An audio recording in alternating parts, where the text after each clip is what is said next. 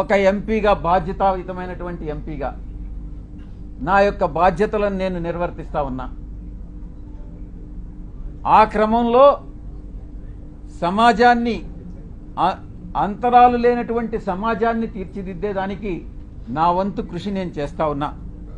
బరి తెగించి హద్దులు మీరి ఇష్టానుసారంగా ఆధారాలు లేకుండా నిరాధారమైనటువంటి ఆరోపణలు ఒక ఆదివాసీ స్త్రీతో సంబంధం ఉన్నట్టుగా మీరు చెప్పి ఈరోజు అదే ఆధారాలు మీరు ఎవరెవరికి సబ్మిట్ చేయాల్సి ఉంటుంది అన్నటువంటి విషయాన్ని నేను రాబోయేటటువంటి నా యొక్క ప్రెస్ కాన్ఫరెన్స్లో నేను ఎక్స్ప్లెయిన్ చేస్తాను.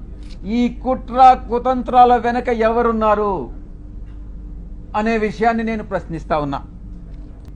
ఒక ఆడబిడ్డని, ఒక ఆదివాసీ బిడ్డని బజారు కీడ్చి నా వ్యక్తిత్వం మీద, నా ఎదుగుదల మీద, ఒక పేదలకి సేవ చేయాలి, ప్రజాసేవ చేయాలి అన్నటువంటి ఆలోచన కలిగినటువంటి నా మీద కుట్ర పన్ని ఈ యొక్క వ్యక్తి, ఈ వంశీకృష్ణ అనేటటువంటి వ్యక్తిని ఎటువంటి పరిస్థితుల్లో వదిలేదే లేదు అని నేను ఖరాఖండిగా చెప్తా ఉన్నా.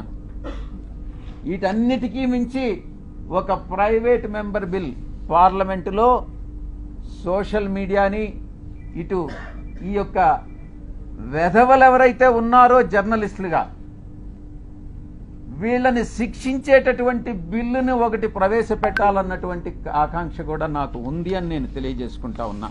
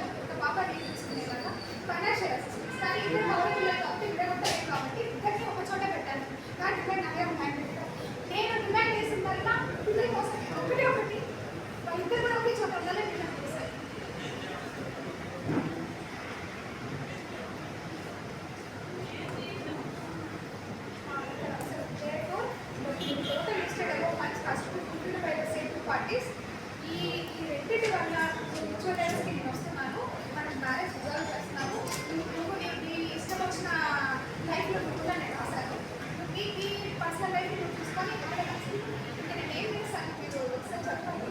ఎందుకంటే అతను విజయవాడకి వచ్చినప్పుడు నన్ను హోటల్ కూడా నాతో సెక్స్ పార్టిసిపేట్ చేయాలి. అది కూడా ప్రొఫెసర్ కంప్లైంట్. నేను నా డిపార్ట్మెంట్కి వెళ్ళి వచ్చిన తర్వాత చెప్పండి వెళ్ళండి పోలీస్ స్టేషన్కి నన్ను మెంటల్గా హెరాస్ చేస్తున్నారు అది చేసి చెప్పండి. ఇంత మొత్తంలో ఇదంతా స్టోరీ నేను కోర్టు ద్వారా వెళ్ళవచ్చు ఎందుకంటే నేను కూడా ఒక లీగల్గా ఒక అడ్వకేట్ని నా ఎడ్యుకేషన్ బ్యాక్గ్రౌండ్ బిఏ.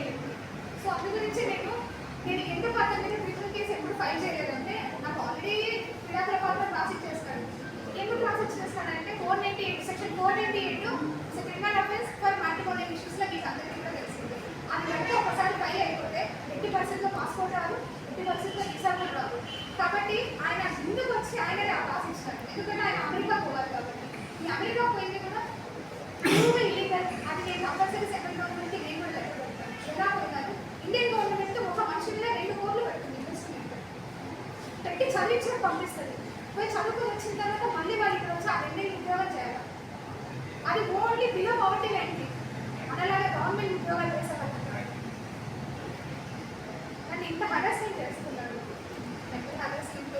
హరాస్మెంట్ అడుగుతాను. నన్ను కొట్టి నా ఒళ్ళు ఒడ్డు పడిపోయింది. అలా చేసిన హాస్టల్కి నేను ఇంకా బాగా చూసాను. అప్పటికే కడుపుతున్నప్పుడు కూడా కొట్టాను. ఇంకేది నేను అతను ఎందుకుంటాను కడుపుతున్నప్పుడు చెప్పిన నేను మా వాళ్ళంటే నేను ఉన్నానంటే ఉండదు మీకోసం పిల్లలు ఉండే వరకు నాకు బాధ్యత కాబట్టి ఎందుకంటే ఇంత కొట్టండి ఇంత కొట్ట కాదు పిల్లలంటే నా 6 మార్క్స్ ఇక్కడ వరకు ఉంటాయి తెలుసా నీకు.